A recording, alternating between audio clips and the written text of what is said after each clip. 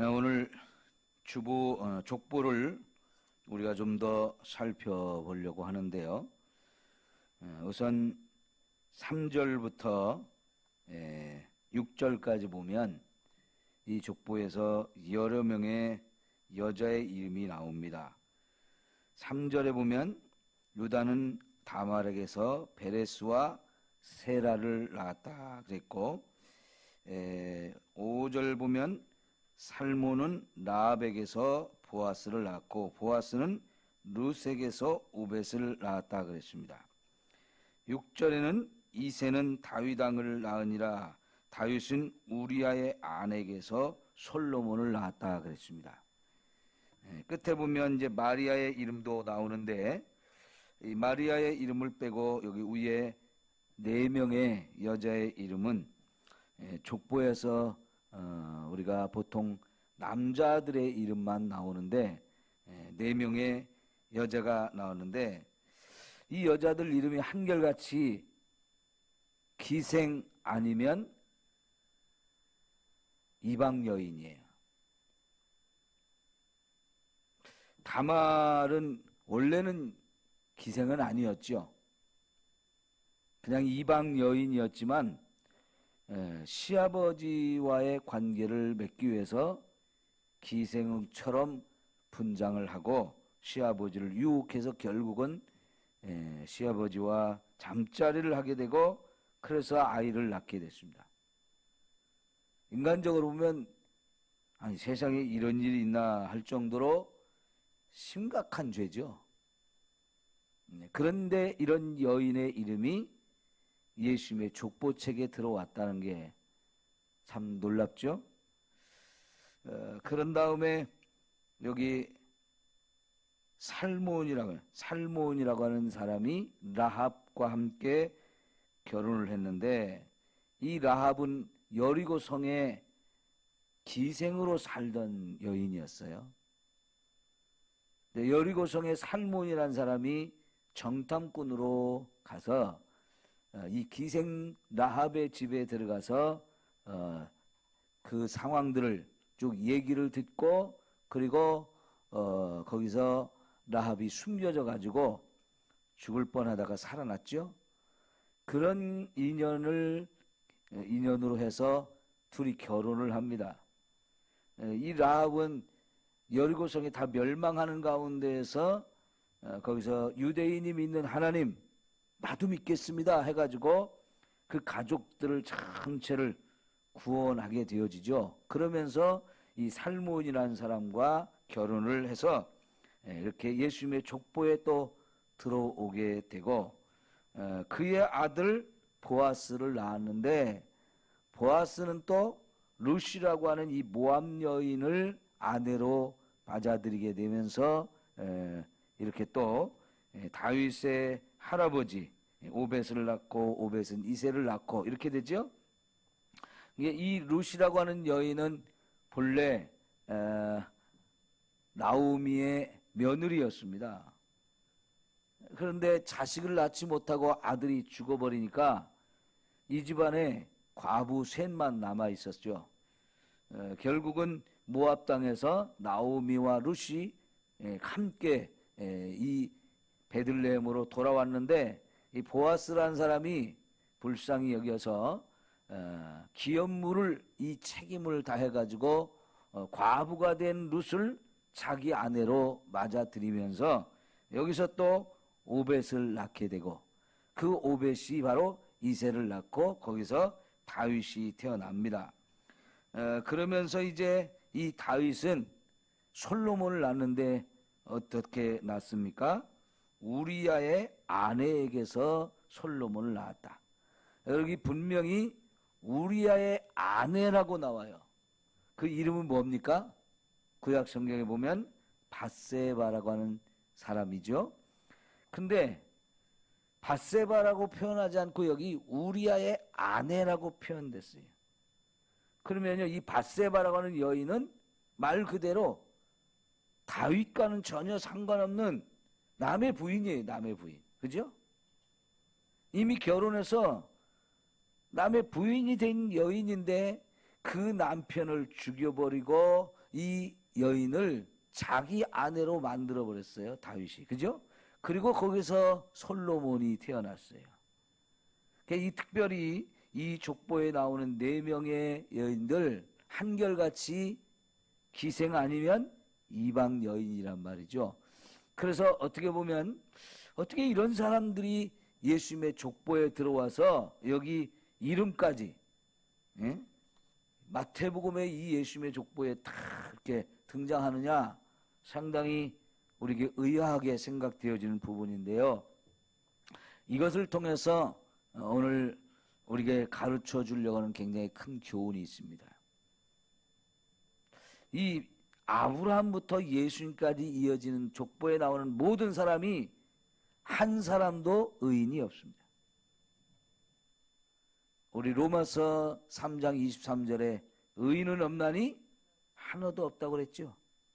거기에 속하는 사람이 이방인들만 말하는 게 아니고 유대인들도 다 마찬가지라는 거죠. 아브라함이 됐든 다윗이 됐든 솔로몬이 됐든 그 어떤 사람이라 할지라도 다 이게 의인이 아니에요.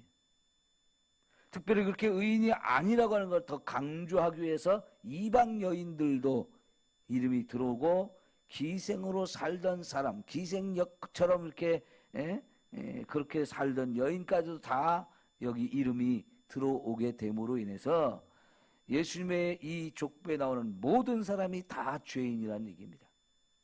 그런데 그 죄인된 세상에 죄인의 이 족보 한가운데 예수님의 이름이 등장하는데 왜 이렇게 되셨느냐?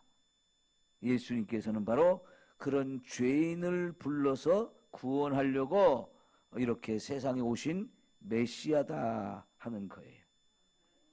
여러분, 우리 로마서 5장에 보면 죄가 더한 것에 은혜가 더했다 그랬어요. 네?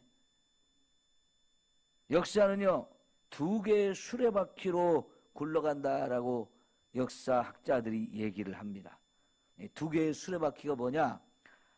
특별히 성경을 연구하는 이 성경 연구하는 사람들은 첫째는 죄의 역사예요. 죄의 역사. 인간의 죄로 인해서 굴러가는 역사. 그러니까 이건 이 바퀴 하나만 있으면 결국은 이건 멸망이에요. 다 멸망이에요. 그런데 인간이 자꾸 죄를 지면서 점점 더 어두워지고 죄로 세상이 물들어지고 그래서 결국은 멸망당할 이 역사가 끝날 것 같은데 또 하나의 수레바퀴가 함께 돌아가고 있다는 얘기예요. 그건 바로 하나님이 저와 여러분을 구원하는 구원의 역사인 거예요. 거기서 죄인이 의인으로 바뀌어서 의인들이 또 함께 이끌어가는, 하나님과 의인이 한 힘이 되어서 같이 이끌어가는 이 의의 역사, 구원의 역사가 또 한편에서는 돌아가고 있다는 얘기입니다. 그러니까 죄가 깊어지면 깊어질수록 이 죄에서 우리를 구원하고 이 죄들을 용서하기 위한 하나님의 구원의 역사도 함께 같이 돌아가는 게 이게 역사인 거예요. 그러니까 우리 여러분 한쪽만 보고 절망하면 안 됩니다. 어제 저녁에도 제가 말씀드렸죠. 세계대전이 2차 전쟁이 1차, 2차로 이렇게 일어나면서 엄청난 죽음이 있고 인간의 모든 것이 다 파괴되는 걸 경험한 사람들이 하나님 계신가 안 계신가? 하나님 죽었다. 이렇게 절망할 때에 그 왜 그러느냐? 한쪽만 봐서 그래요. 하나님이 죽은 것 같았어요. 하나님이 이런 인간의 역사에 대해서 심판을 안 하시는 것 같았어요. 그런데 그 자체가 인간의 죄에 대한 심판이었다는 얘기죠. 그러면서 하나님은 그런 가운데 또 하나님의 구원의 역사를 펼쳐 가시는 거예요. 예? 여러분 1905년부터 1910년까지 이 우리나라의 나라를 빼앗겨 버리고 희망이 없는 이때에 하나님이 우리나라에 교회의 부흥을 주셨어요. 어마어마한 부흥을 주셨어요. 그러니까 예수 그리스도를 통해서 이 복음을 통해서 우리나라 사람들에게 희망을 주신 거예요. 세상 나라는 망했습니다. 다른 나라에 의해서 짓밟히고 엄청난 고통을 당하는데 하나님이 그런 우리에게 복음을 주셔서 이 민족이 교회가 부흥케 하심으로 우리가 이 복음 안에서 희망을 얻게 하셨다는 얘기예요. 이와 같은 일이 전 세계에서 곳곳에서 일어남으로 인해서 하나님의 심판의 역사, 인간의 이렇게 죄악과 타락의 역사만 있는 게 아니고요, 그 반대편에서 하나님이 또 인류를 구원하는 일들을 또 한편으로 이루어가고 있는 것을 우리는 같이 보아야 하는 거예요.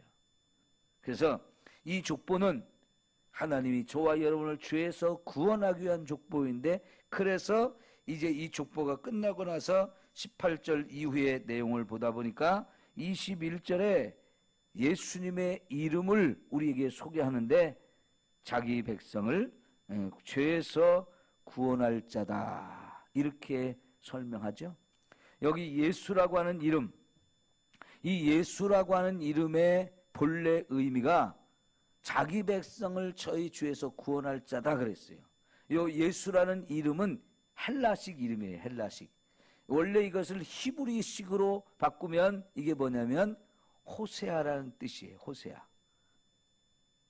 호세아라는 말을 헬라식으로 바뀌니까 이게 예수 이렇게 바뀌었거든요. 그런데 우리가 구약 성경에 보면 호세아라는 선지자가 있었죠. 그 호세아라는 선지자의 이름이 뜻이 뭐냐면 하나님이 구원하신다, 하나님이 구원하신 자, 이렇게 하나님이 우리를 구원하신다 이런 의미가 있는데요. 이 여호수아라는 사람의 본래 이름도 호세아거든요. 그런데 그 앞에 여자를 하나 더 추가해서 모세가 여호수아로 불러줬는데요. 다 같은 의미예요. 여호수아, 호세아, 그리고 그 이름이 예수로 바뀌어지는, 이게 다 이제 같은 의미인데, 자기 백성을 저들의 죄에서 구원할 자다. 예수님은 바로 이런 우리의 구원을 위해서 오신 메시아라는 사실을 이 족보가 우리에게 가르쳐주고 있다 하는 거예요. 자, 그런데 여러분 두 가지를 좀 더 살펴봐야 되겠는데요. 여기 5절을 우리가 한 번 더 보면, 살몬은 라합에게서 보아스를 낳고 보아스는 룻에게서 오벳을 낳고 그랬어요.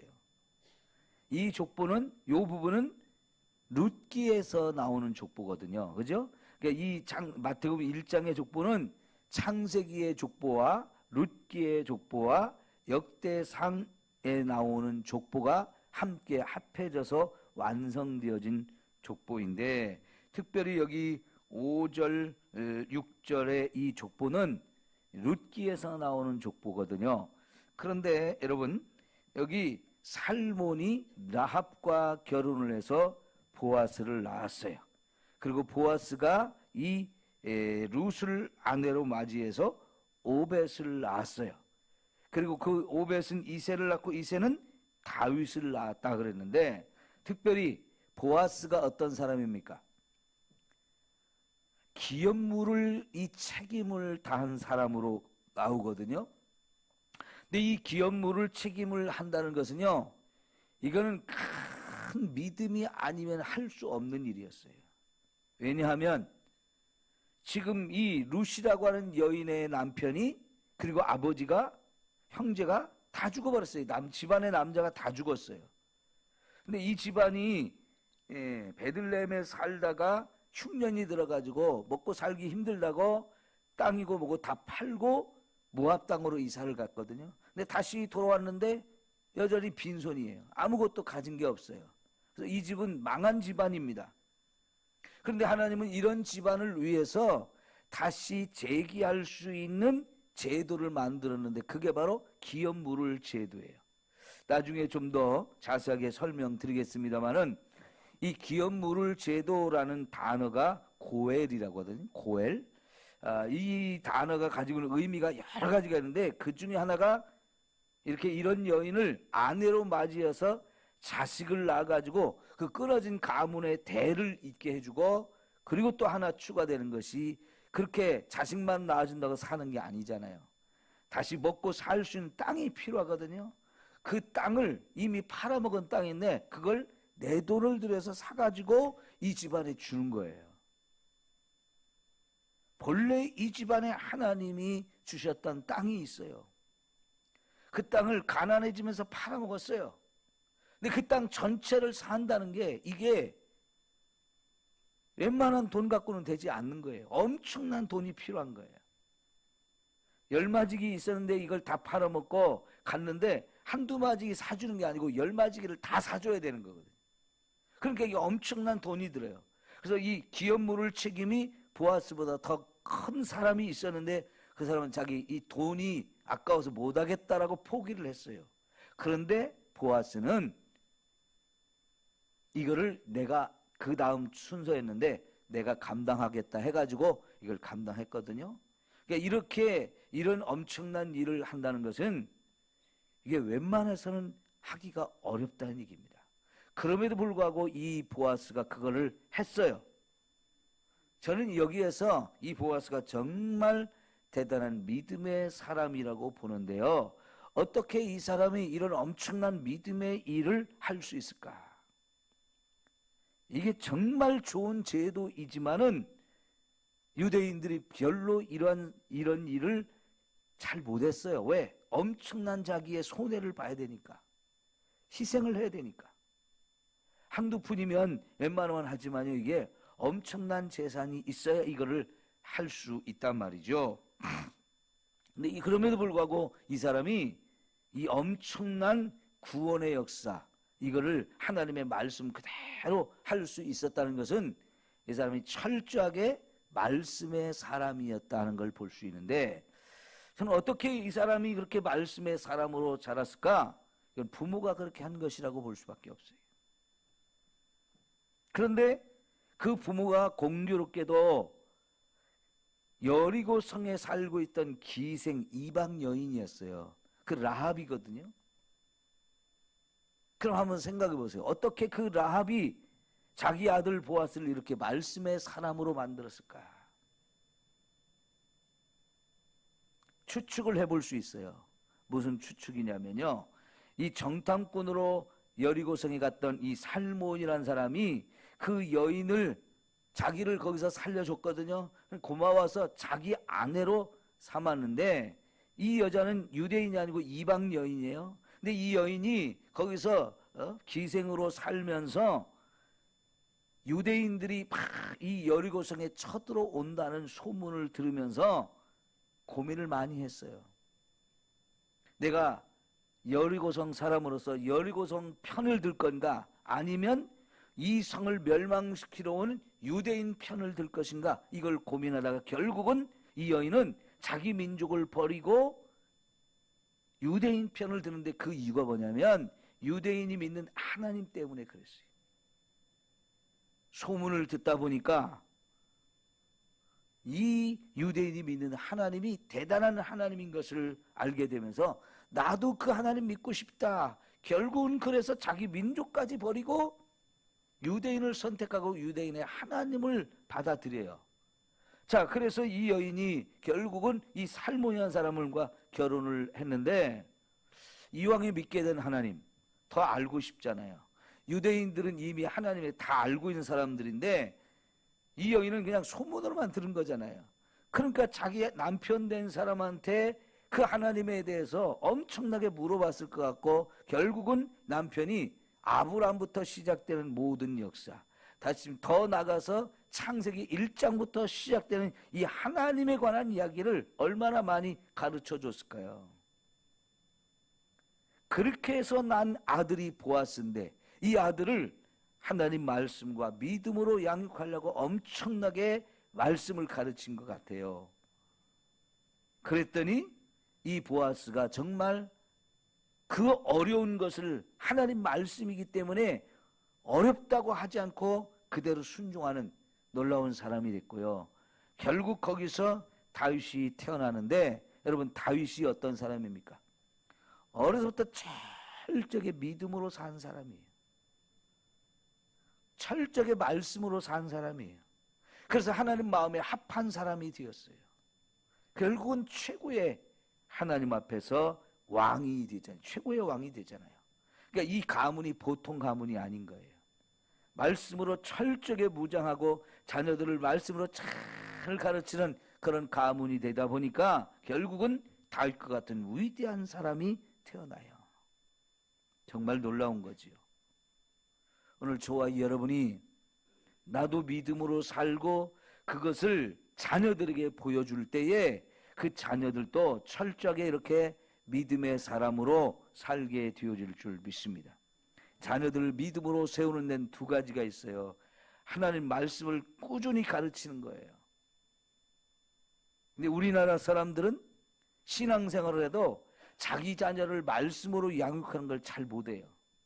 근데 우리나라 사람이 잘하는 게 있어요. 그게 뭐냐면 삶을 통해서 보여주는 거예요. 내가 삶을 살아가면서 철저하게 하나님만 믿고 하나님 의지하며 살아가는 그 모습을 보여주는 건 우리나라 사람들이 잘해요. 근데 자녀 교육은 말씀으로 가르치는 것과 더불어서 그걸 삶으로 보여주는 게 필요한데요. 이거는 우리나라 사람이 잘해요.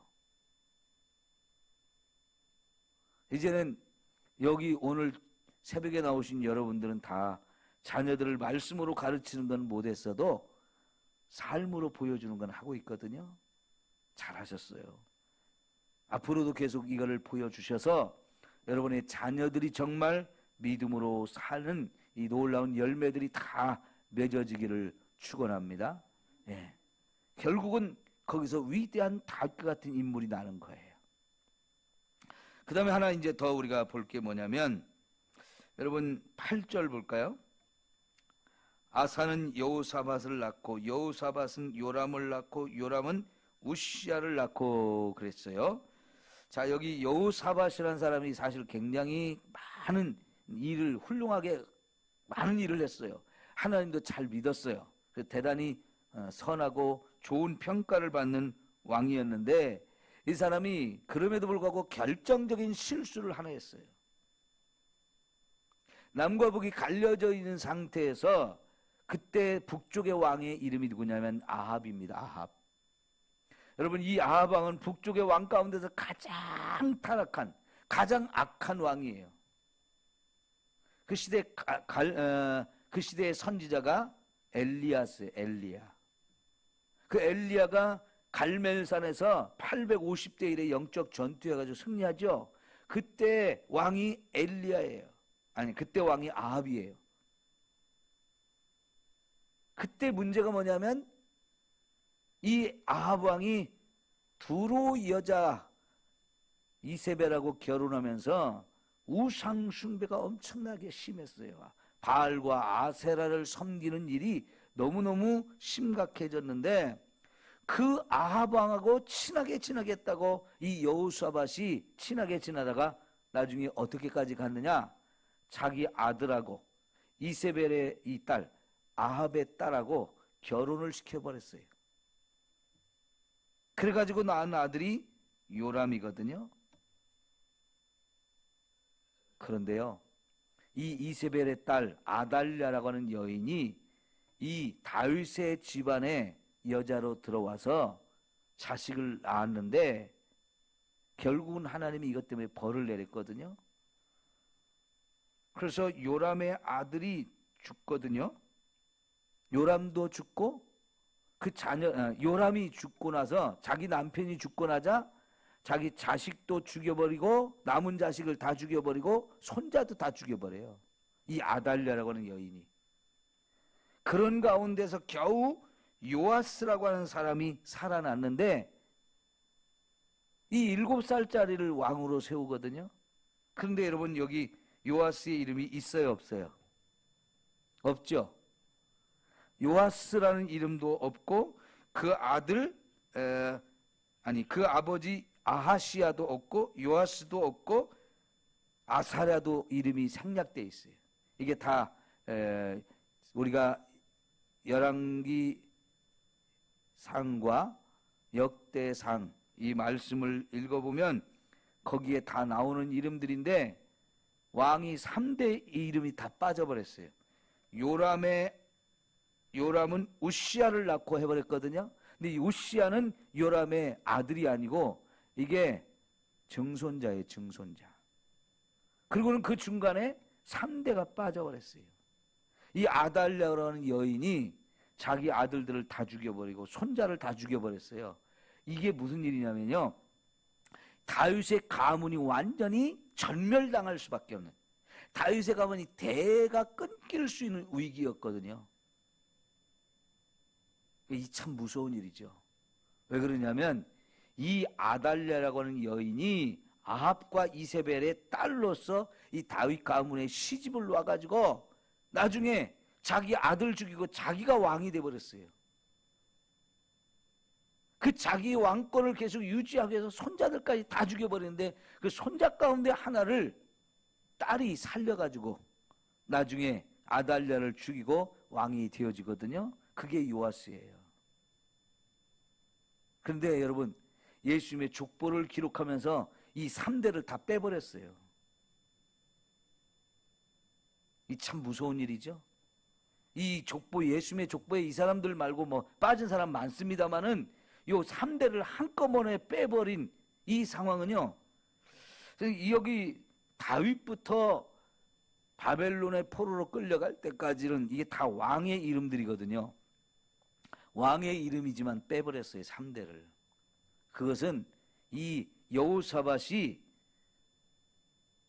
이렇게 엉터리 같은 사람하고 친구가 되어가지고 그 사람의 여자 딸을, 자기 아들을 위해서 며느리로 데려오면서 이 엄청난 죄악의 역사가 다윗 가문으로 들어와가지고 이것을 다시 회복하기까지 하나님이 엄청난 은혜가 또 필요했어요. 결국은 그 3대를 하나님이 여기서 싹 빼버리는데요. 이게 이세벨 다윗 북쪽 아합의 가문의 피가 흘러온 걸 싹 지워버리는 거였어요. 여러분, 우리가 출애굽기 20장에서 5절 6절에서 하나님을 미워하는 죄인의 가문은 3, 4대가 벌을 받는다고 그랬죠. 그 말씀 그대로 여기 그렇게 적용되는 것을 우리가 볼 수 있어요. 여러분, 우리가 평소에 사람을 만나는 게 참 중요해요. 어떤 사람을 만나고 어떤 사람을 가까이 하느냐가 굉장히 중요한데, 왜냐하면 사람은 자기 만나는 사람과 서로 좋은 것이든 나쁜 것이든 영향을 주고받아요. 내가 주기도 하고 받기도 하고 하는 거예요. 우리는 그래서 정말 선하고 아름다운 영향력을 세상에 흘려보내고 또 그렇게 좋은 사람들을 만나서 좋은 영향도 내가 같이 받아야 되거든요. 그런데 여기 정말 가까이 해서는 안 될 사람을 가까이 하다가 엄청난 가문에 악이 들어오고 잘못하면 가문 전체가 문을 닫아야 될 위기까지 왔었던 거죠. 여러분, 이게 참 중요한 문제예요. 중요한 문제. 우리 자녀들, 후손들 결혼할 때 며느리, 사윗감 진짜 잘 들어와야 되거든요. 그래야 하나님의 축복의 가문이 계속 이어질 수 있어요. 내 딸, 내 자식들도 잘 키워서 결혼시켜야 다른 집안에 갔을 때 그 집을 망하지 않게 하는 거예요. 우리가 살리는 일을 해야 됩니다. 세우는 일을 해야 돼요.